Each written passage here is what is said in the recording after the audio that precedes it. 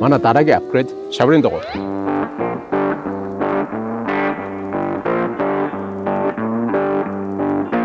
Өнгөрсөн зууны аяллаас хойш шаврын дугуй аавъя гэсэн шийдвэр гаргаад нэлээд удаан хугацаанд судалгаа явуулсан.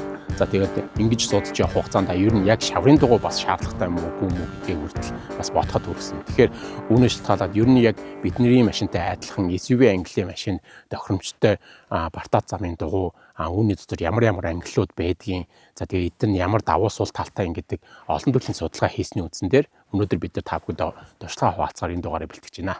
Монголд яг энэ төрлийн мэдээлэл олж авах жоохон төвөгтэй байдаг. Ерөөхдөө мэдээллийн их сурвалжууднаас юм нээлттэй их сурвалжуудаас цөөхөнд. За тэгвэл яг дугуй аавна гэдэг ихтэй зөвхөн арзмаар хэмжээгээд харуулад авахаас гадна ямар төрлийн аялал, ямар орчинд явах гэж байгаагаас шалтгаалаад зөндөө олон төрлийн сонголтууд байдаг. За тэгээ брэнд болгоны бас онцлогуудаас шалтгаалаад бас дугуйны гүйцэтгэл нь бас өөр болж идэг.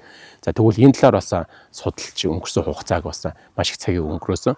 За тэгээ ингэж явахдаа бас гадны ревю сайтуудаас ямар дугуйн илүү өндөр үнэлгээтэй, ямар дугуйн илүү сайн гэж яригдчихээн. За мөн дотоодын хэрэглэгчид, аялагчид, за надтай адилхан фороноос сонирхчдын дунд бас яг санал асуулга явуулахын замаар ингээд судалгаа явуулах гэж хичээсэн. За тэгэхээр өнөөдрийн дугаар маань бол яг автомашины дугуй, яг тэр дундаа яг SUV ангиллын машины дугуйтай холбоотой мэдээллийг бас багцлаад хүргэхийг хичээж байна. Энэ дундаа зөвхөн дугуйны хэмжээ биш, түүнээс шалтгаалаад цаашлаад бүх замын дугуй, шаврын дугуй, эдгээр нь хоорондоо ямар ялгаатай байдгийг, ямар үзүүлэлтүүдийг харах хэрэгтэй, бөөрийн хамгаалт гэж яг юу хэлээд байгаа. Гэх мэтлэнгээр олон төрлийн мэдээллийг багцлаад энэ дугаартаа та бүхнийг хүргэх гэж хичээж байна. Тэгэхээр та бүхэн дугаараа дуустал үзээрэй. Мөн энэ дунд бас нэг сонирхолтой та бүхэн таатай мэдээлэл хүргэх болно. За бид Жокийн автобусны буудлаас зүүн тишээгээ Suzuki Mongolia, Suzuki Auto Service гэдэг засварын төв дээр ирчихсэн байна. Бидний хувьд бол өөрсдийнхээ авах дугуйгаа сонгочихсон байгаа. Гэхдээ энэ дугуй сонгохтой холбоотой мэдээллүүдийг одоо та бүхэнд хүргэе.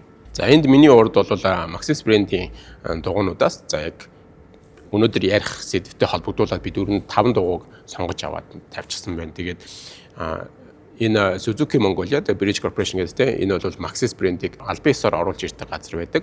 За тэгээд бидний хувьд яагаад энд ирсэн бэ гэхээр яг Maxxis брэнд маань маш олон төрлийн дугуйнууд гаргадаг. Тэгээд тэр дугуйнууд маань бүх төрлийн хэрэгцээнд тохирсон дугуйнууд байдаг. Сонголт өргөн учраас бас энд би ирээд нэг цэгээс бүх төрлийн дугуйнуудыг харьцуулаад мэдээлэл хүргэхэд илүү төхөмтэй болох болов уу гэдэг үгнээс ирсэн. За тэгээд дээрэс нь мэдээж хэрэг бидний сонголт бол маш удаан хугацааны судалгаа, за тэгээд хүмүүсийн recommendation асууж явсны үндсэн дээрээс бол Maxxis брэндийг сонгочихсон байгаа. Тэгээд яагаад гэдэг талаар нь бас та бүхэнд удахгүй мэдээлэл хүргэнэ. За тэгвэл өнөөдөр миний ярих гэж байгаа дугуйны талаар мэдээлэл нь зөвхөн гэхдээ бас Maxxis гэх брэнд дээр яриа зогсохгүй. Ер нь бол дугуйны үзүүлэлтүүдийг яаж харах юм, ямар мэдээллүүдийг уншиж таних ёстой, дугуйны хэн дээрээс юу анзаарч харах вэ гэдэг талаар мэдээлэл учраас за бүх төрлийн дугуйн дээр бас ашиглаж болно гэсэн үг. За тэгээд яг энд сонгогдсон дугуйнууд нь бас ямар онцлогтой юм бэ, хоорондоо тэр нь яаж ялгарч байгаа юм бэ гэдэг талаар л одоо өнөөдөр ярих юм. За юу ч ихлээр дугуйнуудад танилцуулъя явчих тий. За миний зүүн гарт талд байгаа энэ дугуй бол Maxxis-ийн өвлийн дугуй. За Монголд бол яг энэ хээ бол хамгийн их түгээмэл ашиглагддаг дугуй байгаа. Тэгээд яг Maxxis-ийн өвлийн дугуй хэрэглэдэг хүмүүс бол мэдж байгаа. Энэ бол Preseva SUV-ийн английн Preseva гэдэг дугуй байна. За энэ шиг бол all terrain буюу бүх замын ангиллын дугуй. За яг энэ загварын хувьд бол AT980 гэдэг загварын дугуй байгаа. За энд бол яг Maxxis-ийн Razer гэдэг брэндийнх нь дугуй, Razer AT811 гэдэг дугуй байгаа. За энд бол яг MT буюу шаврын дугуй тий. Matrin гэж байгаа 772 гэдэг сэртэй дугуй байна. За энд байгаа энэ мангас бол Trepador гэдэг. За энэ дугуйны талаар бас ярихад бас дахиад өөр сэдвүүд хөндөгдөн. За хэрвээ харж ивэл миний энэ баруун гарталт байгаа энэ машин бол яг энэ дугуйг жинхэнэ утгаар ашигладаг дугуй машин байна. SUV ангиллын машин. За тэгээ ер нь аялалд явах гэж байгаа бол дугуй болол зайлшгүй хамгийн түрүүнд анхаарал хандуулах ёстой сэдв, анхаарал хандуулах ёстой зүйл гэдэг бол үзэгчд маань бүгд сайн мэдж байгаа. За тэгвэл нөгөө дугуй сонгохдоо яг ямар дугуй, ямар зам сонгох юм бэ гэдгийг бас хэцүү сонголтууд дээр тулгардаг. За эндээс бол өвлийн дугуйг энэ би бас харуулсан санаа зорилго нь юу вэ гэхээр өвлийн дугуй бол цас тэгээд мөстэй замд бол хамгийн сайн. За энэ бүх дугуйнаас хамгийн сайн үзүүлэлттэй гэсэн. Тэрийг нь илэрхийлдэг юм юу гэхээр энэ дээр харагдаж байгаа дугуйны хээ. За тэгээ хээн дээр байгаа энэ сайпинг гэж ярьдаг энэ зүсэлтүүд байгаа. Энэ зүсэлтүүд маань бас яг тэр гулгаатай замд тэр гулгаанд барьцалдах чадварыг нэмэгдүүлдэг юм сайн чанартай байдаг гэсэн үг. Тэгэхээр нөгөө өвлийн дугуйныг анхаархан анзаараад үзэх юм бол яг нэг хэн дээрх зүсэлтүүд нь 4-өөс дээш зүсэлттэй байдаг. За тэгэж ихний ээлжинд өвлийн дугуйг бас анзаарч болно. За тэгээд өвлийн дугуйны бүтэц бол маш зөөлөн чанарын дараад үзэх юм бол маш зөөлөн чанарын дугуй байдаг. Тэгээд зөөлөн болж өгөх нь юу вэ гэхээр мэдээж нөгөө өвөл хөлдөхгүй, барьцалдах чадвар сайтай болгож өгдөг. За эсвэргээрээ энэ дугуйг 100 ашиглах юм бол нөгөө зөөлөн чанараас болоод илэгдэл нь их хурдан болдог. За тэгээ бүр их халуунд хурдтай засмал цам дээр явж явах үед буудах эрсдлүүч гардаг. За тэгээ мөн бас зөөлхөн учраас хад чулуу ихтэй замаар явж байгаа тохиолдолд бол энэ дугуй маань амархан цоорох эрсдлүүд бий болдог.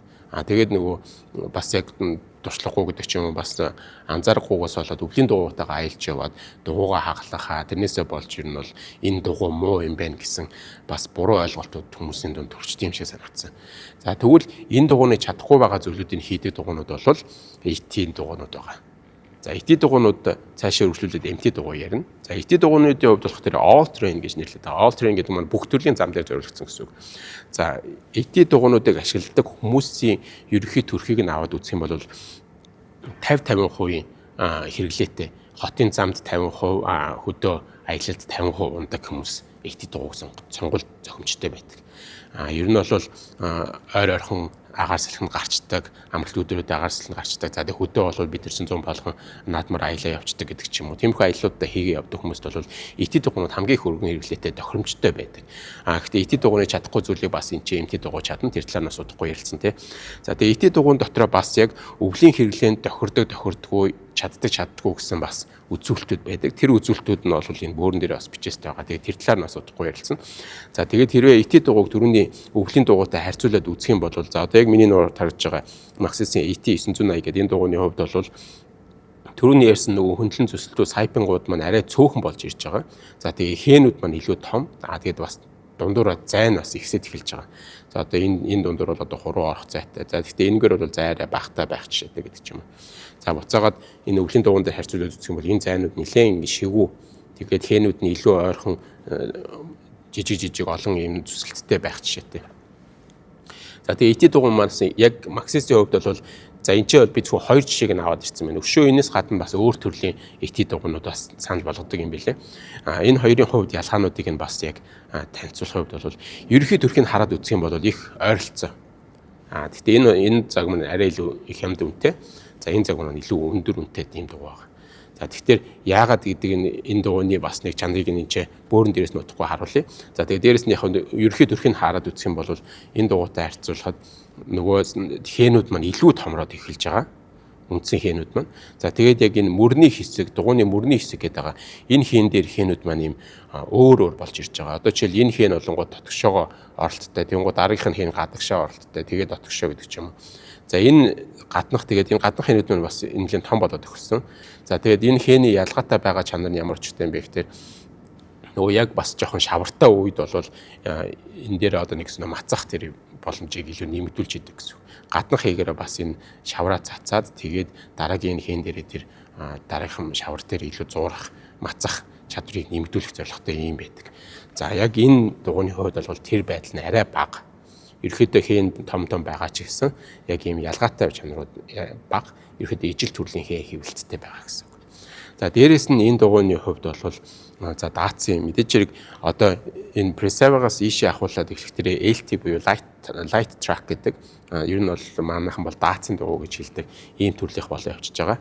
За дээрэс нь утгагүй одоо та бүхэнд яг бөөрөн дээр байгаа мэдээллүүдийг яриад эхлэхдээ бас нэмэлт мэдээллүүд гараад байна. Тэн дээр энэ хоёр дугуйны ялгаа нь бас илүү танилцуулагдана. Тэг ерөөд нь эхлээд бас танилцуулга хийчээ тий. За энэ бол Maxis-ийн хамгийн алдартай дугуй гэж хэлж болно. Ялангуяа оффроуд бартаа замын аялал хийдэг хүмүүсийн хувьд бол хамгийн их өргөн хэрэглэгддэг, хамгийн их сайшааж магтагддаг дугуй байгаа. Энэ юу вэ гэхээр Maxis-ийн Razer MT 772 гэх загварын дугуй байна. За энийг бол өнгөрсөн хугацаанд хийжсэн судалгаанаас харахад бол ялангуяа Австралид оффроуд маш хөгжсөн оронд бол яг энэ дугуй бол хамгийн хүргэн хэрэглээтэй, хамгийн өндөр үнэлэгдсэн дугуй байдаг юм билээ.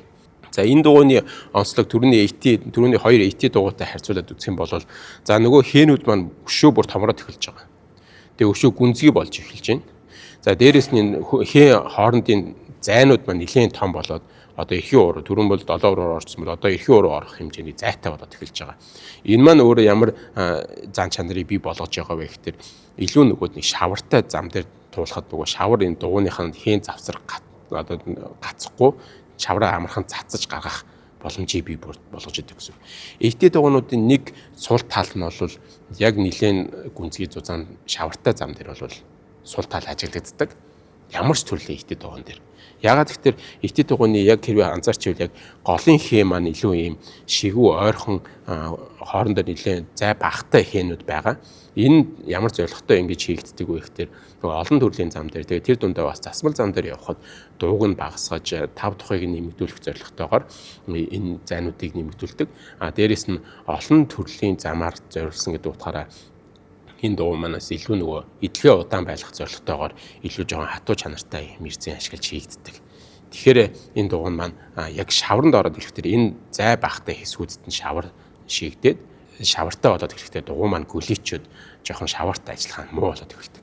Гэхдээ мэдээж тэрэндээ туслах гад энэ дугуйны мөрний хээнүүд маань өөр хэмжээтэй дээрээс нь энэ ялгаатай энэ оруулж өгсөн оролтууд тэгээд энэ хэн завсар байгаа энэ groove гэж ярьдаг энэ товоосон хэсгүүд манай шаврыг зайлуулах гэдэг тодорхой хэмжээний шавар туулах чадрыг нэмэгдүүлсэн ч гэсэн за ийшээ ирээд MT дээр ирээд ирэхдээ зайн томроод энэ нөгөө түрүүний ярьжсэн тэр шавар гадагшлуулах боломжууд маань илүү нэмэгдээд эхэлдэг учраас энэ бол шаварт хамаагүй илүү байдаг. За MT дугуй ашигладаг хүмүүсийн хувьд бол илүүтэй бараг 70-80% шорон зам дээр бата зам дээр илүү их аялал хийх сонирхолтой. За мэдээж хэрэг тэр бата зам хүртлээр засмал замаар явхад бол идэлгээ байж болно. Түүнээс биш ихэнх юугаа бас юм шараатай бата зам дээр бас явдаг хүмүүст. За тэгээд мэдээж хэрэг манай Монголын замын нөхцөл байдал өөр ямар байдаг вүлээ. Шорон замууд маань бас төдийл нөгөө гадны улс орнуудтай харьцуулахад замаа нөгөөд нь арчилж тордох хандлага байдгүй шүү дээ. Тэр үед бол яг энэ дугуй маань маш сайн тэр идэлхийг даадаг. За шавар усанд бол хамгийн сайн явдаг гэсэн үг. За тэгээд бас нэг юм түгээмэл буруу гэх юм ойлголт байдаг нь юу вэ гэхээр шаврын дугуй гэхээр яг зөвхөн шаварт л юм шиг бодоод байдаг. Яг хоо шаварт бол хамгийн өндөр гүйцэтгэлтэй. Гэхдээ шаврын дугуй бас адилхан хад чулуунд ч гэсэн бас гүйцэтгэлээрээ маш өндөр байдаг. За яг тэрийг бол AT дугуйтай харьцуулах бас өөр үзүүлэлтүүд байдгийн байлээ. За миний олж мэдснээр болвол за яг шаврын дугуйны маань зай томтой учраас бас тэр маань яг юм хад чулуунд нэлээд авирч одоо юу гэдэг нөө рок роллинг гэдэг шүү дээ. Тиймэрхүү юм хийж явхад бол энэ том хэднүүд маань өөрөө хад чулуугаа ингээд зуураад өөрөө авирах боломжийг нь бол нэмэгдүүлж өгдөг гэсэн. За ерөнхий мэдээллүүдийн өгөө явж байгаа. Тэгэхээр миний хамгийн баруун гарт талд байгаа энэ бол Trepador гэдэг. За яг Maxis-ийн дугуйнуудад одоо хамгийн одоо яг энэ бол бүр яг Бартат замд зориулагдсан. Тэр дундаа бүр уралдаан гэдэг ч юм уу тийм хэрэглээнд зориулагдсан дугуй. За энэ дугуй бол ер нь яг засмал замын хэрэглээнд бол төдийлөн тохиромжтой биш байдаг. За гэхдээ яг Trepador загварын хувьд бол бас 3 төрлөөр гаргад юм байлээ.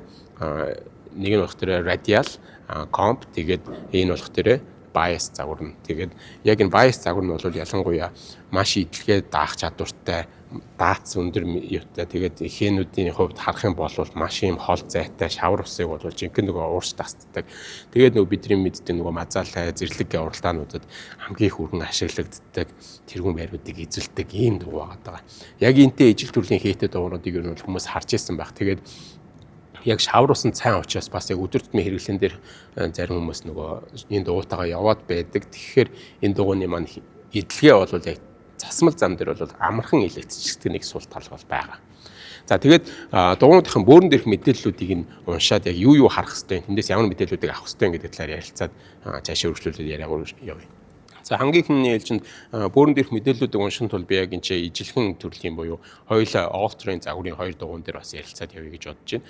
За бидний хувьд бол хамгийн амархан хүмүүсийн уншаад сурчсан мэдээлэл бол дугуйны хэмжээ байдаг тийм.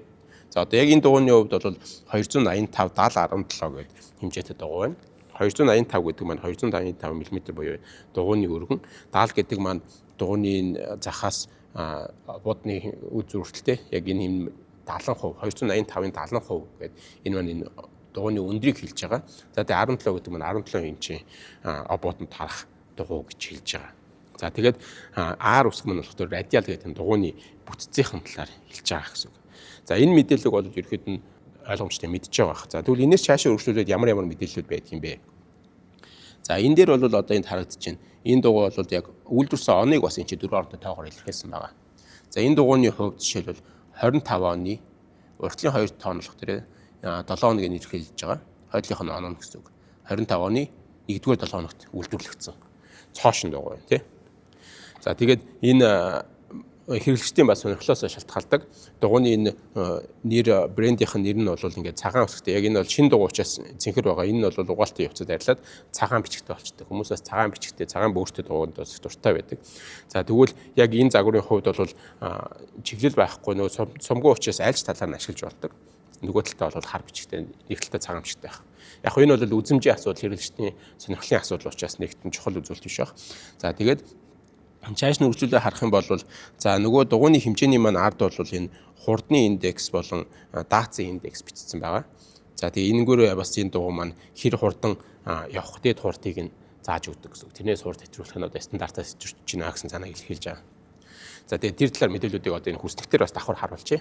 За тэгээд энэ бичсэн бичиг нь бол tubeless radial буюу radial гэдэг маань өөрөө энэ дугуйныхаа хийцийг харуулж байгаа. Энд байгаа эхний 4 дугуй бол бүгдээрээ радиал хийцтэй. За трепадорын хувьд бол bias гэдэг хийцтэй байгаа. Тэр ялгааг нь бас удахгүй ярина. За үүнээс гадна энэ ч хамгийн нэг чухал үзүүлэлтүүдийн нэг нь болох тэр энэ дугуйны бүтцийн талаар мэдээллийг нь оруулсан байгаа. Thread гэдэг маань дугуйны хээний хэсэг дээрээ 2 полиэстер, 2 стил, 2 найлон гэдэг давхаргуудыг оруулж өгсөн гэсэн үг. Нийтдээ 6 давхаргатай гэсэн санаа илэрхийлж байгаа. За тэгвэл бөөрөн дээр болох дээр энэ sidewall гэдэг нь бөөрөн дээр 2 полиэстер гэдэг. Энэ олон давхаргатай ерөөдөө layer гэдэг байгаа шүү дээ. Давхруудыг оруулж өгсөн гэсэн үг. Тэр маань энэ дугуйны бүтцийг тодорхойлж байгаа. За энэ бол ерөөдөө бол нийтдээ 8 ply гэж үзэж байгаа. Тийм 8 давхаргатай дугуй гэж хэлж болно. Саяны энэ мэдээлэл маань ямар ач холбогдолтой байдаг вэ гэхээр энэ дугуйны бөөрийн хамгаалалт хэр сайн бэ гэдгийг илэрхийлж байгаа гэсэн үг. За энэ бол 2 давхар хамгаалттай гэдэг маань бол ихэнх all-terrain дугуйнуудын хувьд бол ерөөхдөө 2 юутай байдаг. За энийг бас илэрхийлдэг бас нэг өөр юм нь load range index гэдээ бас өөр үсгээр илэрхийлсэн байдаг. CDE гэх мэтлэнгээр үсгээр илэрхийлсэн байдаг. Энэ бол нэгсэндээ D load indexтэй дугуй гэсэн үг. За тэгэхээр бөөрийн хамгаалт 2 байгаагийн онцлог болон давуу сул талуудын хувьд ярил бөөрийн хамгаалт 2 гэдэг маань 2 давхар хамгаалттай тодорхой хэмжээний хамгаалт байгаа. Түгээмэл хамгаалт гэсэн үг. Тийм болсноороо дугуйны хувьд бол зөөлөн болж өгч байгаа. Одоо ингээд дараад үзэхэд бол арай жоохон юм амархан уярч өгч байгаа тийм. Дээрээс нь одоо эндээс нь татаад үзэх юм бол бас ийм амархан хөдөлгөөнд орох боломжтой. За тэгэхээр энэ маань ямар шин чанарыг бий болгох вэ гэхээр яг автозам дээр яг засмал зам дээр явж байгаа ч юм уу. За ер нь бол шаран зам дээр явжсэн ч гэсэн энэ зөөлөн байдал маань хүнд арай л тав тухтай байдлыг бий болгож идэг гэсэн үг. За тэгвэл сул тал нь юу вэ гэхээр бөөрийн хамгаалт арай бага л гэсэн үг. За тэгвэл бөөрийн хамгаалт сайн байхын ялгаа нь юу вэ гэхээр энэ дугуун дээр үргэлжлүүлээ ярилцъя тий. Энэ бол Razer AT811 гэх загварын Maxis-ийн Razer брендийн дугуйн дээр нь бол хамгийн их өндөр үнэлэгдсэн загварууд байдаг. За тэгээ энэ загварын хувьд бол 3 төрний яг хажуу дараах мэдээлэл нь болох дээр үндсэн thread буюу хэн дээр болох дээр 3 полиэстер, 2 стил, 2 найлон гэдэг нийтдээ 7 давхраг. Бөөрийнх нь хэсэг дээр болох дээр 3 полиэстер нь энэ үргэлжилсэн гэсэн үг. Нийтдээ энийг бол 10 ply гэж ярьдаг, 10 давхрагтай гэж ярьдаг. Ийм дугуй байгаа. За тэгэхээр энэ маань бөөрийн хамгаалт маань 3 болоод бөөрийн хамгаалт нь илүү зузаан сайн болоод ирж байна гэсэн үг. За тэгээд ихлэхээр энээсээ түрүүний өмнө ярьжсэн AT дугуйнаас ялгарч байгаа ялгаа нь юу вэ гэхээр одоо бол энэний бөөр бол илүү хатуу болсон гэсэн үг. Одоо энэ дээр би дарахад илүү хүчилжиж дарж байгаа. За төрийн дугуйн дээр бол ингээд бөөрөн дээр би дарахад бол зөөлөн дарахад ингээд ерөөд амархан дарагдж исэн бол энэ дээр ингээд дараад үзэхэд ерөөд илүү хатуу болчихсон гэсэн үг. Тэгэхээр энэ маань ямар шин чанарыг бий болгох дээр нэхтэр нөгөө төрний миний яг ярьжсэн засмал зам ерөн зам дээр явж байхад илүү хатуу байдал хүнд илүү жоохон хатуу мэдрэмж өгнө. Гэхдээ мэдээж 3 давхар хамгаалттай юм чинь бөөрнөөс орж ирэх зохиолтууд болно. Юунд илүү хамгаалт сайтай гэсэн үг. За тэгээд Razer дугуйны энэ бөөрний энэ дээр орж ирсэн хээг, мөрөн дээр орж ирсэн хээг хараад үзэх бол илүү юм aggressive гэдэг те. Илүү юм зан төрхийг бий болгож өгсөн юм хээтэй байдаг. За энэ маань бас ямар үед би тосволох вэ гэхээр бас их гүн шавартай үед энэ бөөрний хээнүүд маань ч гэсэн бас тодорхой хэмжээнд бас оролцоод яваад эхэлдэг гэсэн үг. За энэ load range-ийн хувьд бол энэ ч одоо жишээл E гэсэн тэмдэглэгээд байгаа. E гэдэг маань бол нөгөө талаар орчуулах юм бол бас 10 ply буюу 10 давхрахтай юм орцтой байдаг гэсэн үг. За тэгээ Maxis brand-ийн бас өөрсдийнхөө бас яг энэ юуг эрзэнд энэ дугуйны чинь эрзэн чанарыг сайжруулахын тулд маш олон жилийн турш судалгаа юунууд туршилтуудыг хийж явсан. Тэгээ маш олон төрлийн загваруудыг хийж загвар бүрээрээ сайжруулад явсан. Одоо яг хамгийн сүүлийн үед бол яг энэ Razer брэнд нь бол хамгийн өндөр технологийн юунд шингэсэн тэгээд шалгаруултыг давсан дугуй болчиход байгаа. Тэр нь энэ дугуй бас муу гэж үзэхгүй. Энэ дугуй бол хэрэглээ нь арай өөр. Арай илүү бага одоо жишээлбэл оффроуд хийдэг ч юм уу тийм мөн арай жоохон тав тухыг илүү дүүцдэг. За их тийм техникэл илүү хүн замуудаар зорчих нь баг болвол энэ дугуй бол хангалттай үргээ гүйцэтгэж чаддаг гэсэн. За энэ бол илүү нөгөөд нэг юу болоод даат сайтай илүү их хамгаалт сайтай болоод ихтэй нөгөө илүү хаач чулуутай юу гэдэг хүнд замуудаар явж зорчдог.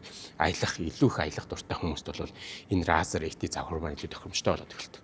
За түрүүний ярьж дээрээс үргэлжлүүлээд бөөрийн хамгаалт энэ 2 давхар энэ 3 давхар гэж ярьжсэн шүү дээ. Тэр маань ямар чанарыг бий болгох вэ гэхээр яг ижил хэмжээтэй байхад бол энэ дугуй маань илүү хүнд болоод эхэлдэг гэсэн үг. За жин ихтэй болоод эхлэхээр яах вэ гэхээр мэдээж дугуйны чинь явах үед ингээд ачаал өгөх нь илүү болж эхэлнэ. Дээрээс нь бензин эдэлтэнд тодорхой хэмжээнд нөлөөлөд эхэлнэ. Яг тэгэхээр илүү хүнд дугуйг эргүүлэх шаардлага үүсчихнэ гэсэн үг тийм. Тэгэхээр тэр юмнуудаас бас бодолцоод нэгсэн өөрхөн сонголтыг хийх боломжтой. Тэгээд би түрүүн хэлсэн ягаад яг энд Maxis-ийг сонгож ирсэн бэ гэхээр энд бүх төрлийн сонголтууд байгаа учраас яг хэрэглэгчдэд шаардлагатай сонголтоо хийх боломж нь байдаг юм байна гэж үзсэн учраас энд ирсэн. За гадуур явж хахад бол брэнд нь бол тодорхой хэмжээний 2-3 төрлийн загварууд байдаг бол энд би зөвхөн эхний ээлжин 5-ыг л тавьсан. Өшөө цаана дахиад дуу гаргаад тавих юм бол зөндөө загвар байдаг юм байлээ. За дээрэс нь яг энэ Maxis-ийн Razer-ийн хувьд бол яг энэ ч бас баркод байж байгаа. За баркодоор бас яг ямар карьерод яг ямар үйлдвэрийн явцад аль газраас гарч ирсэн гэдэг мэдээлэл бас тэмдэглэсэн байдаг гэсэн. Хэрвээ дугуунд үйлдвэрээс хамааралтай алдаа гарсан тохиолдолд яг тэрийг нь бас яг энэгээр хөөгөөд харах боломжтой гэсэн санаа. Тэгээ бид нар бол яг өөрсдийнхөө сувгаар бас яг сонирхогч хэрэглэгчдэд бас өгөхийг хүсдэг мэдээлэл нь юу вэ гэхээр аль болох стандартын шаардлага хангасан найдвартай тэр брэндүүдийг сонгож өөрсдөө хэрэглэхийг зорддог. Тэгээ тэрийг бас үзэгчтэй бас танилцуулж бас энэ төрлийн юмнуудыг санал болгохыг хичээдэг байгаа шүү.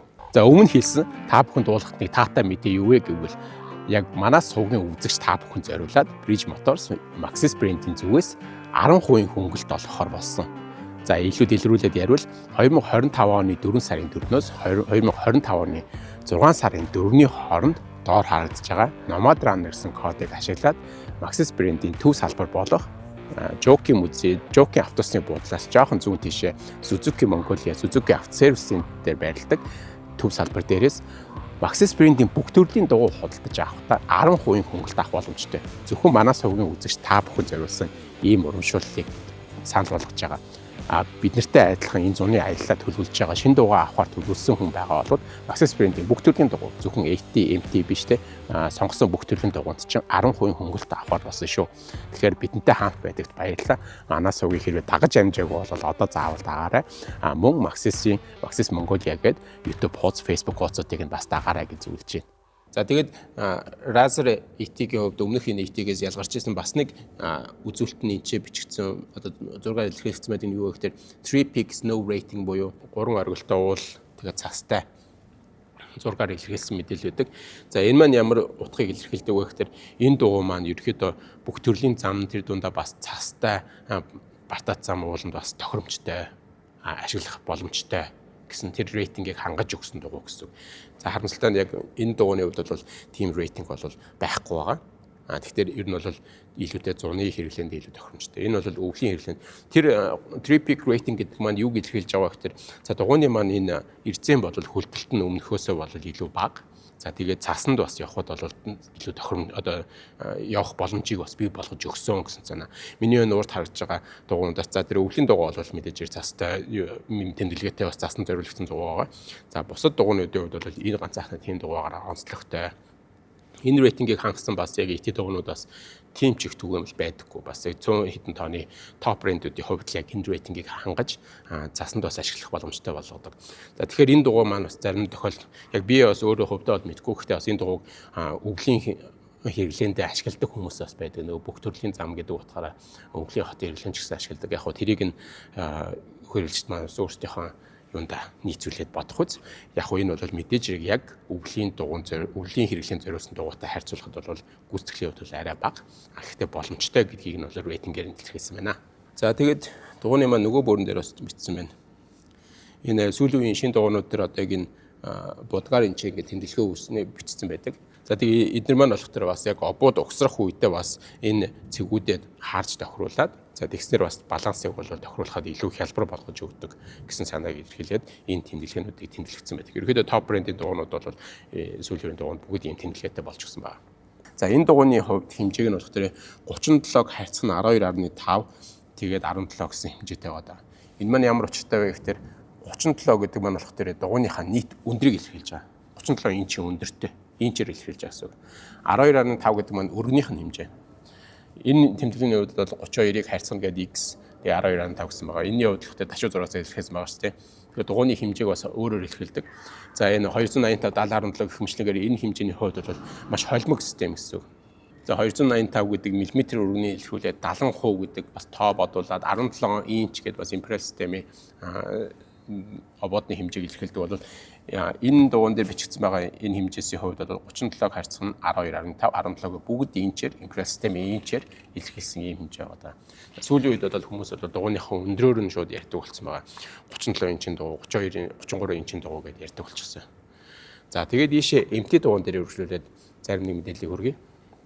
За энэ Razer MT дугуйны хувьд бол түрүүний ET-тэйгээ харьцуулахад яг адилхан бүх стандартуудыг хангаж өгсөн. Тэгээ яг Razer гэдэг Maxis дотроо тэгээ Razer гэдэг брэнд нь бол яг ижил төрлийн бүх стандартыг хангаж өгсөн дугуйнууд байдаг. Түрүүний ярьсан онцлог нь бол мэдээж хэний хувьд бол ялгаатай. За яг энэ дугуйны хувьд яриад үзэх юм бол түрүүний энэ маань load range нь E байсан бол энэ бол D байгаа. За D болж өгснөөр яаж байгаа вэ гэхээр бөөрийн хамгаалалт нь 3 хэвээрээ адилхан зузаан бөөртэй. Гэхдээ үндсэн энэ хэн дээр хамгаалтуудын хувьд бол багас арай жоохон багасч өгсөн гэсэн. 3 2 1 гэд арай багасчихсан байгаа. Ийм мэдээлэл энэгээрээ энэ хоёрын хувьд бол ялгаатай байна. За бидний сонгож авч байгаа дугуйны хувьд бол яг Maxis Razer-ийн MT тэр дундаа яг load range E тэгээд 3 давхар хамгаалттай илүү даац өндөр чанарт одоо эдлэгээ даах чадрыг нь хангаж өгсөн дугуй сонгохыг хичээсэн. За эдлэгээний хувьд ярихад их төвөгтэй мэдээж яг иймэрхүү дугуйнууд маань засмал зам дээр ялангуяа шаврын дугуйд маань илүү жоохон зөөлөн чанартай байх гэдэг учраас засмал зам дээр эдлэгээ амархан буурчих гадбайдаг. Тэгэхээр дан засмал зам дээр яваад байвал эдлэгээний хувьд бол амархан муудаж магадгүй. Гэхдээ ер нь түгээмэл хэрэглэгчдийн үнэлгээгээр үзэхэд бол 40,000 км явнаа гэсэн явж гинэ гэсэн мэдээлэл бол байлаа. Тэгэхээр бас за 40,000 гэдэг бол тэгээ яг хэрэглэн дээр бол маш их тооцоод ялангуяа дугуйны хувьд бол за ET дугуйны хувьд бол яг эдлэгээний хувьд бол MT-гээс арай илүү байдаг. Яг хээг нь хараад үзэх юм бол арай бага хийтэй тий. Хэний гүн бол арай бага хэрнэ. Энэний эрцээнд орж байгаа хатуулга нь илүү учраас эдлэгээ илүү даах чадвартай байдаг гэсэн. За ерөөхдөө ийм ялгаатай байдаг. За өргөжлүүлээд яг энэ Trepador гэх загвар дээр бас богинохон мэдээллийг өгье. За энэний хэрэглэгч нь бол маш юм юу гэх юм яг таргет гэх юм уу илүү их яг энийг хэрэглэдэг хүмүүс маань илүү их уралддаг, илүү шавар засанд явдаг. Одоо яг нөгөө хэрэглээний хувьд бол тоочны хүмүүс байгаад байгаа юм. За тэгээд энэний онцлог за яг энэ Trepador-ын яг энэ загварын онцлог нь юу вэ гэхээр энэ маань bias гэдэг хийцлийн хувьд bias гэдэг. За өмнөх бүх дугуйнууд маань radial хийцэлтэй байсан. Энэний хувьд бол bias гэж байгаа. За bias гэдэг маань ямар ялгаатай байд юм бэ гэхээр энэ дугуйнд орж байгаа түрүүний ярьжсэн давхаргууд маань диагонал юм хөндлөн давхаргууд байдаг гэсэн үг. Энэ дугуйны энэ ирмэгээс ахуулаад ийшээгээ диагонал нөгөө ирмэг хүртлээ. Тэгээд дандаа ийм давхаргатай байдаг гэсэн үг. За энэ дээр түрүүнийхээ ярихад би түрүүн ярьжсэн энэ дээр бол хээнийхэн хэсэгдээ 3 2 2 бөөрөн дээрээ 3 гэж яриадсан шүү дээ. За энэ бол тэгэхээр нөгөө үндсэн давхар буюу үндсэн 3 давхар гэж яриад байгаа полиэстер хийцэл маань дандаа яг юм хөндлөн байдаг гэсэн үг энэ дотроо. Тэгэхээр тэрийг радиал гэж нэрлэдэг байгаа. За тэгээд үндсэн яг энэ хээний хэсэгт болохтой тэр нөгөө нилан болон стил буюу төмөр хийцлийнх юмнууд маань давхархууд маань энэ хээнийхээ хэсэгт орж өгдөг. Тэгээ бөөрнийхээ хэсэгтэр болох тэр яг энэ үндсэн хээтэйгээр хамт явсан 3 давхар байгаа гэсэн үг. За тэгэхээр буцаад энэ bias дээр аваад үзтер яадаг вэ гэхээр тэр нөгөө хийцлүүд маань бүх дугууныхаа энэ үндсэн хээнийх үндсэн бүтцтэй диагонал нэг захаас нөгөө зах хүртлээр ингээд диагоналцсан 30-40 градусын налуутай диагоналцсан хийцэлтэй байдаг гэсэн. Тэгэхээр энэ төрлийн дугуй маань энэс ямар ялгаатай байд юм бэ гэхээр энэ маань илүү юм бөмбөр болоод эхэлдэг. Тэгэхээр нөгөө яг дугууны газартай байцалдах хэмжээс нь илүү бага болоод эхэлдэг. За дээрэс нь энэ маань болох тэр ингээд радиал загвар маань илүү юм хөндлөн загвартай. Хэрвээ ингээд сайн анзаараад үзэх юм бол дугууны доторх бүтц маань илүү энэ маань бөөрийнхий энэ маань илүү хавтгай болж байгаа гэсэн. Тэгэхээр энэ маань газартаа байцалдах яг уулзах хэсэг маань илүү өргөн байдаг бол энэ маань багасна. Гэхдээ нөгөө талаараа яг энэ bias хийцэлтэй дугууны хувьд бол чанар нь хамаагүй өндөр байдаг. Гэхдээ энэ дээр гаргаж өгсөн энэ хээнүүдийн хувьд бол харин энэ чаварт зориулагдсан учраас бас зөөлхөн идэлгээ амархан авах магадaltaй. Дээрэс нь бөмбөр хийцэлтэй учраас хээний яг голын хэсгээрээ хийн амархан илэгдэх хандлага энэ загвар дээр анзаарэгддэг. За тэгээд түрүүн хэлсэн яг энэ маань илүү шавар уус яг нэг уралдаан тэмцээн зориулагддаг учраас энэ дугуйг бол бас яг өндөр хурдтай явуулахад тохиромжгүй байдаг. Яг ийм bias хийцэлтэй дугуйнууд. Энэ дугуйнуудыг түгээмэл ашигладаг хэрэглээ бол илүү хурд удаан багтаад ихтэй өндөр даацлал авах чадaltaй ийм үед хэрэглэгддэг ийм хийцэл гэсэн үг. За түгээмэл хэрэглээнд бол яг радиал загварыг бол радиал хийцлийг бол ашигладаг бүх төрлийн автомашины дугуйн дээр бол энэ маань илүү өндөр хурдтай явах тэр дулааныг гадагшлуулах чадвар сайтай. Дээрээс нь тэр хурдан явах тэр халтыг даах чадвар илүү сайтай байдаг. Энэ маань эсрэгээр тэртэлтэй арай бага. Гэхдээ яг нөгөө даац гүйцэтгэлийн тал дээр бол илүү яг зорилттой хэрэглэгчтэй бол шаардлагатай юм хүргэж чаддгаа гэсэн үг. За тэр bias-ыг энэ дээр яаж харах боломжтой вэ гэхээр за түрүүний ярьжсэн нөгөө яг хэмжээ яваад байгаа. За энэ бол 38.5-ыг хайрцаг нь 12.5 тэгээд дундуур зураас 16 LT гэсэн байгаа. За энэ маань юу гэсэн утгатай вэ гэхээр 38.5 инчийн өндөртэй 12.5 гэдэг. За түрүүний өмнөх дугуйн дээр ярьжсэн R үсэг маань радиалыг илэрхийлсэн бол энэ дээр тэр байхгүй. За тэгээд хөндлөн зураас илэрхийлсэн байна. За тэгээд 16 инчийн ободон дээр орох ийм дугуй байна. За тэгээд түрүүнээс хойш гарч ирсэн дугуйнуудыг бүгдэн дээр ажиллагдаад байгаа LT гэдэг бичиг маань ямар ч вэ гэхээр light truck гэсэн үгийн товчлол байгаа. За тэр маань ямар ч вэ гэхээр дунд аврын Jeep машинууд ерөнхийдөө light truck за дээшлээд магадгүй Tacoma гэдэг ч юм уу тиймэрхүү төрлийн pickup машиндаас тохиромжтой гэсэн үг. За энэс дээшлээд эхлэхдээ HD гэдэг heavy duty болоод эхэлдэг. Heavy duty нь болохоор илүү өндөр даацтай одоо маш их өндөр даацтай чиргүүлж ирдэг гэдэг ч юм эсвэл бүр их ачаа ачдаг машинууд HD болоод эхэлдэг. Тэр дугуйнууд маань илүү их хатуу болоод илүү эдлэг нь бол илүү удаачдаг гэж зориулт нь тийм болоод эхэлдэг гэсэн үг. За тэгэхээр дугуйнуудын маань хийс маань шал өөр. За тэгээд тэгвэл нөгөө талдаа бол бүр энгийн хэрэглээний дугуйн дээр бол LT биш эсрэгээр P гэсэн нөгөө passenger машин зориулагдсан гэдгээр бас тийм өөр байдаг юм аа. За тэгэхээр Trepador-ын хувьд бол за өөрийнх нь нэр нь ч гэсэн өөрөө бас их утгуучтай Спанер бол бүр авирагч гэсэн утгатай. Нилээн харахад загварны хувьд бол яг юм мангастай. Жиггээ шавар усанд бол нөгөө үзүүлж өгдөг дугуй байх гэдэг. Тэгэхээр энэ дугуй төрлийн дугуй яг өдөр тутмын хэрэглээндээ хэрэгжилж явж байгаа хүмүүсийг бол харсан. Гэхдээ тэр маань бас дугуйныхаа наслтыг бол амархан дуусгаж байна л гэж хараад идэг. За тэгвэл эндээс үүдээд миний сонголт ямар байсан бэ гэхээр бидний хувьд бол яг Razer MT 772 гэж загварыг сонгосон. За энэ маань бол за түрүүний би ихэнд нь бас тодорхой хэмжээнд дурдсан. Австралийн зах зээл тийм. За Австралиг бол манайхан бүгд мэдж байгаа. Оффроуд бата замын аяллаар бол дэлхийд хамгийн их нээлт одоо нөгөө хамгийн их технологиг хөгжүүлж яваа улс орн. За бидний сайн мэдих Pedros, ARB, Maxtras гэдэг чинь бүх брэндүүд Австралиас гаралтай байдаг гэдэг чинь. За тэр улс оронд бол яг энэ Maxis-ийн энэ загвар бол хамгийн өндөр үнэлэгдсэн сүүлийн жилүүд бол маш их түгээмэл хэрэглэж байгаа дуу. За дээрээс нь би бас нөгөө For Honor эхлэгчдийн дунд бас асуулгууд явуулахад бол энэ төрлийн дууг бол маш их санал болгож исэн. За тэгээд тэр жутгаараа за дээрэс нь бидний хэрэглээг бодоод үзсэн. Бидний аяллаа бол хугацаанууд илүү хурцсаж байгаа. Илүү их аяллууд, илүү хүнд аяллуудыг хийхээр төлөвлөж байгаа. За дээрэс нь өнгөрсөн жилийн хэрэв манай аяллаа видеонд үзчихсэн бол за шавартай замд бол бас дугууныхаа онцлогоо шалтгаалаад бид нар бас хүндрэлтэй байдалтай тулгарч ирсэн бол за энэ дугууныхаа ачаар бас тэрийг гарнаа гэдэг тооцооллыг бол хийж дууг сонгож байгаа. За тэгтээ мэдээж хэрэг яг одоо дөнгөж би дуугаад нь тавиулах гэж байгаа учраас яг хэрэглэн дээр ямар байхыг хэлж мэдэхгүй. Яг тэрийг бол мэдээж явцтай үзүүлнэ. За өнөөдрийн хувьд бол дуугаа тавиулчаад за бас засмал зам дээр болон шаварт бас ихний хэрэглээг хийж үзээд ямар хөө байна гэдгийг анхны сэтгэлээ хуваалцаад за тэгээд аялалтаа явж ирчгээд аяллаа туршид бас ямар байсан. За ер нь хэрэглээний хувьд ямар байна. Дахиад 10,000 км явж үзээд ерөөд ямар байна гэдэг ч юм уу. Тиймэрхүү сэтгэлүүд бол цааш хуваалцаад явна.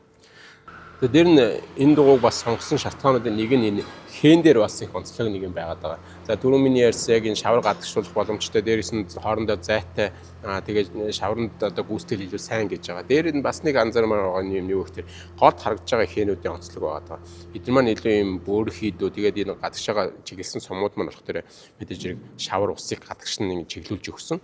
Дээрээс нь яг энэ хэнүүд одоо жишээлбэл яг хаач чулуу яг өөрөө дайрах ч юм уу. Хий багтаа үед бол яг хонхоох үедээ энэ зайнуудаараа агших одоо тэр нөгөө flexible байдал тэр уян хатан чанар нь бол яг энэ дугууны хээний онцлогоос хамаарч бас илүү байх боломжтой гэсэн. За түрүүний ити дугууны хувьд бол хэн илүү хоорондоо ойрхон учраас flex хийгээд уян хатан байдал нь бол хоорондоо мөргөлдөх гэдэг ч юм уу. Тийм бас онцлогыг харуулж иж магадгүй. За тэгээ бидний хувьд бол 285 70 17 гэх хэмжээтэй дугуй тавихаар сонгосон. За Forerunner-ийн яг стандарт хэмжээ нь 265 70 17 гэдэг. 265 гэдэг өргөн тий. За тэрийг нь бид нар 285 болгоод 2 санжаар арай өргөн. За дээрээс нь тэрийгээ дагаад өндөр нь бас тодорхой хэмжээ нэмэгдэж байгаа гэсэн. Дугуй нэг арьцаа ихэд томорж байна гэсэн санаа. За тэрийг дагаад бас зарим нэг өөрчлөлтүүд машиндаа хийх шаардлагууд гарч магадгүй. Тэрийг нь бас явцсайхан үед харуулдаг байна.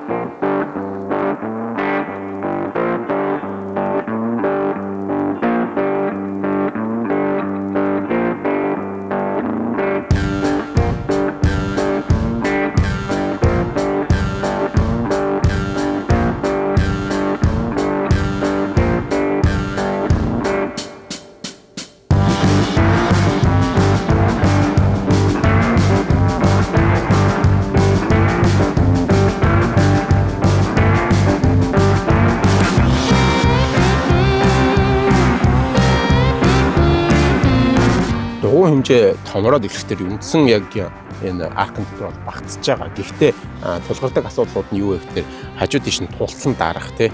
Одоо хоёр тал руу тулсан дараад ухрах үйлдэлийхэд ялангуяа гардаг эрсдэл нь юу вэ гэхээр урд тулаад бас хойноо тулаад байдаг. Тэгээд тэрийг дарахын тулд хэд хэдэн зүйл хийсэн. Тэрний нэг нь юу вэ гэхээр за яг энэ урагшаа одоо энд ийшээ тулгаад дарахад энд GoPro-ийн наадлын үзүүр хэсэг тулж исэн. Тэрийг нь яг ингээд тайрчихсан байна. Нэг ийм жижигхэн хэмжээтэй эндээс тайрсан гэсэн.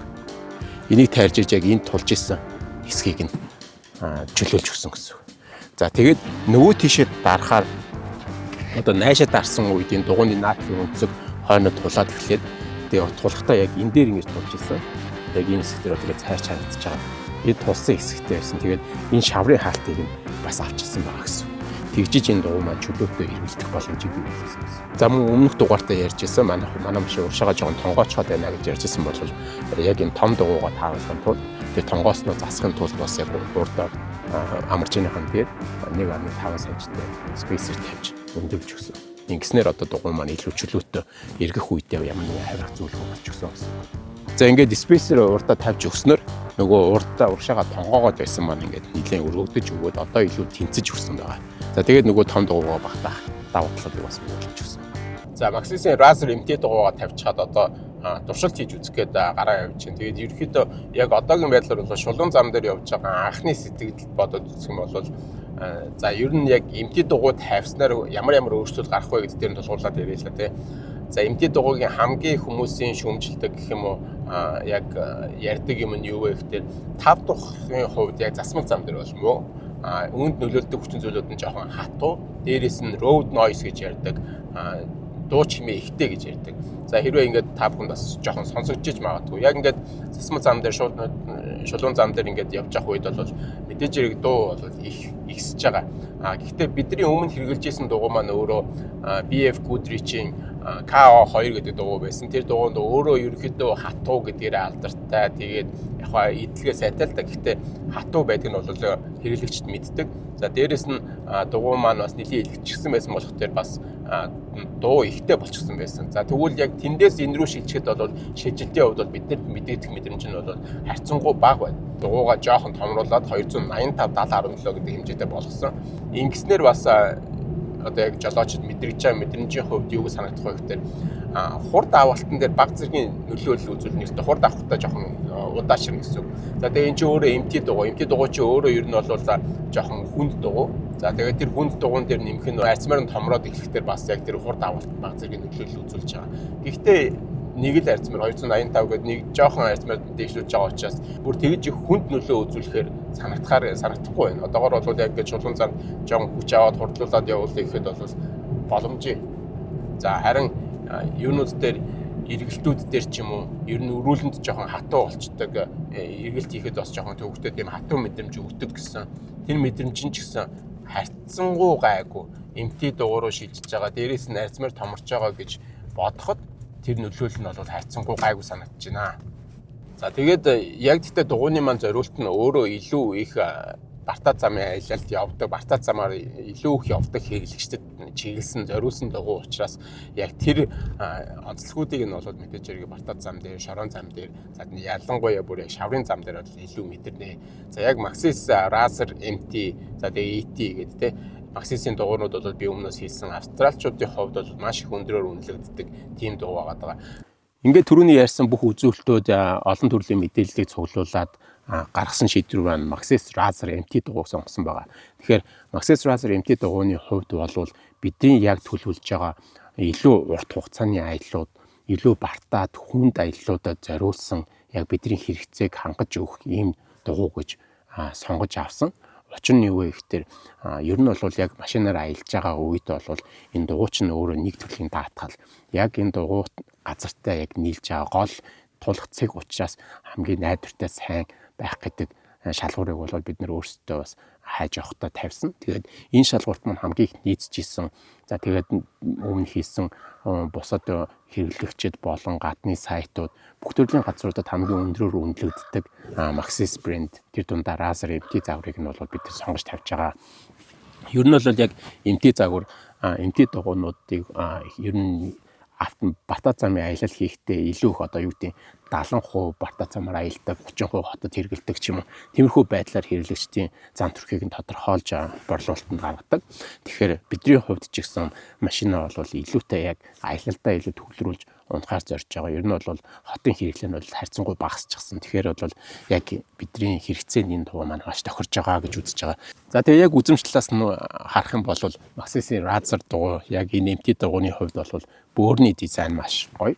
Тэгээд ер нь дугуйны энэ дизайныг хараад үзэх юм бол нэлийн тийм агрессив гэж ярьдаг те их гоё юм хурц тод өнгө төрхийг бий болгож өгдөг. За тэгээ манай Black Rhino-гийн Legion загварын оболтой маань бас маш их гоё өнгө төрхийн хувь зохицож өгсөн. Бидний хувьд бас манай өнгө тодорхойлох гэдэг өнгө төрхийг бол маш гоё гаргаж өгч байгаа санагдсан. Өнөөдрийн дугаараар өөртөөхөө сонгож авсан дугуй танилцуулахаас гадна дугуй худалдаж авахтай холбоотой мэдээлэл та бүхэнд хүрэхийг хичээлээ. Өргөөжтэй байсан гэж найдаж байна. За тэгээд бид нартай адилхан зуныхаа аяллаа төлөвлөө шинэ дугуй худалдаж авахаар шийдсэн болвол бидний өнөөдөр хуваалцсан мэдээлэл бүх төрлийн дугуйн дээр бас ашиглаад шалгаад үзэх боломжтой мэдээлэлүүд байгаа болох төр та бүхэн энэ мэдээллүүдийг ашиглаарай. Гэхдээ хэрвээ та Maxxis брендийг сонгосон бол түрүүнд дуулсан та бид юу вэ гэхээр Maxxis брендийн зүгээс зөвхөн манай сувгийн үзэгч та бүхэн зориулсан доор харагдаж байгаа Nomad Runner гэсэн кодыг ашиглаад 10% хөнгөлт авах боломжтой байгаа шүү. Тэгэхээр Maxxis брендийн бүх төрлийн дугуй ашиглан энэхүү хөнгөлтийг авахдаа зөвхөн Maxxis брендийн төв салбар буюу Suzuki Mongolia-гийн автосервис дээр байрладаг төв салбар дээрээс худалдаа авалт хийгээрэй. Энэхүү салбар нь Jockey автосны буудлаас зүүн тийшээ замынхан уртталд байрладаг салбар байгаа. За энэхүү урамшуулал нь болохоор 2025 оны 4 сарын 4-өөс 2025 оны 6 сарын 4-ний хооронд зөвхөн 2 сарын хугацаанд хэрэгжиж байгаа учраас энэ хооронд дамжаад энэ зүүнийхээ аялалтаа бэлтгээд шинэ дугуйгаа хөдөлж аваарай гэж зөвлөж байна. Тэгээд энэ бүх мэдээлэл маань та бүхэнд өрөөгөөжтэй байсан бол лайк болон subscribe дарахаа битгий мартаарай. Мөн Maxis Mongolia YouTube болон Facebook хуудсуудыг бас description хэсэгтээ оруулчихсан байгаа. Тэдний хуудсуудаар зочиж бас нэмэлт мэдээллүүдийг авах боломжтой. Ингээд дараагийн дугаараараа уулзлаа. Баяр таа.